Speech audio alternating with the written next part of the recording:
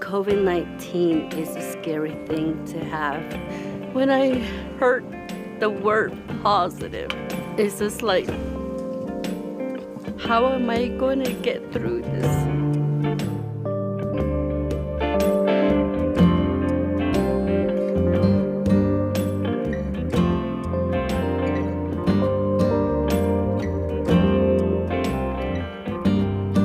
All my life, I never experienced having a running water or electric. I've been living here for about 28 years here on Ghost Spring Ranch. We live about 36 miles away from the city. It's like 11 miles off of the main highway, 38 miles away from the hospital. That morning when I woke up, it felt like my whole head was just hurting and my body was just hurting. I couldn't get up. And then the next day I went to the hospital. I got the tests and then the doctor called me and told me that I was positive with the COVID-19. That was my scary moment because you don't know if you're going to live. I lost a couple of family members that went to the hospital and never came home, so I was terrified. What if I went through what my uncles and some friends that went through that lost their life to COVID-19? I need to live for my family, for my kids. I came back here. I isolated myself in a different room to make sure I don't pass it along to my family. The biggest hardship was not having running water and electric. This is my wash pan. I put water in here and I just put it right here on the porch. It brought us a water heater, so that's what we use.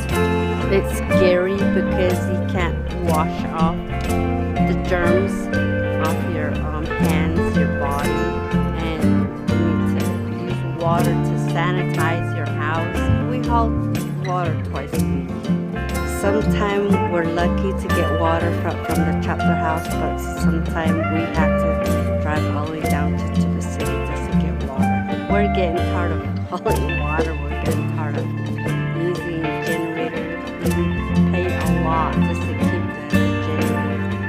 Per week, I think we spend like close to $200, and probably the water at least about $60 plus the fuel. I do arts and craft like beadwork. This was my only income before I got sick. I'm trying to teach my granddaughter here to learn how to bead. I like to live out where it's quiet.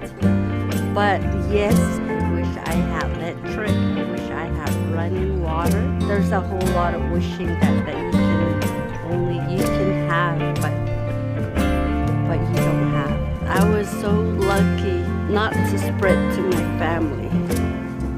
To this day, I thank the Lord that I'm here with them.